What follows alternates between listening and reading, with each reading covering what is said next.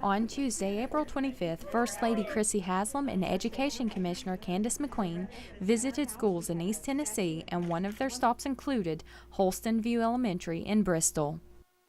The purpose of these visits and events were to discuss the importance of early literacy and building foundations for our younger students.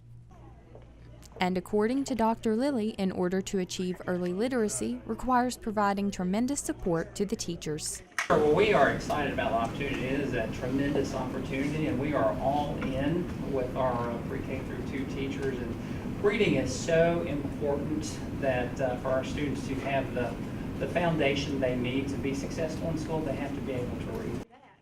Education Commissioner and First Lady Crissy Haslam provided a quick Q&A to discuss why early literacy is such an important issue in Tennessee and how focusing on younger students and their teachers will help remedy illiteracy. Our goal with the general tour is to be out in the field learning from teachers, learning how we can do our work better to support them, and also highlighting the best practices and the great teachers that we see and visit across the state.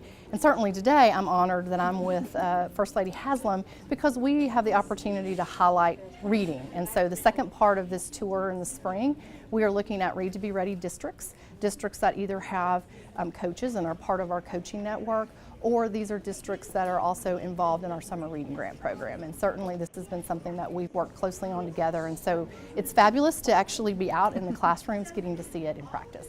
We have well over 100 districts that are part of the network, and so the vast majority have opted in to be part of what a focus on early literacy should look like and to learn from each other. I mean, it's a network where we're certainly providing training, but they learn as much from the core offices in their region as well as from the other coaches in the network. And we will be inviting additional folks who have already said we really want to be part of this, and they can join in the second year.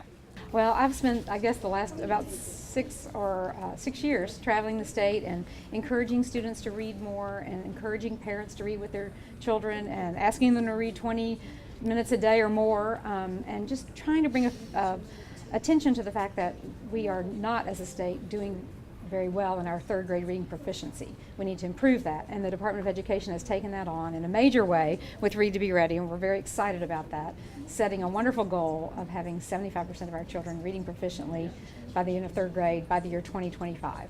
So this is just the beginning of this, and there will be, I think, much improvement in the years to come. It's not an easy thing to remediate reading, and it will take a while to turn that ship around, but we're moving in the right direction, and I was very excited to see the teachers and the students today.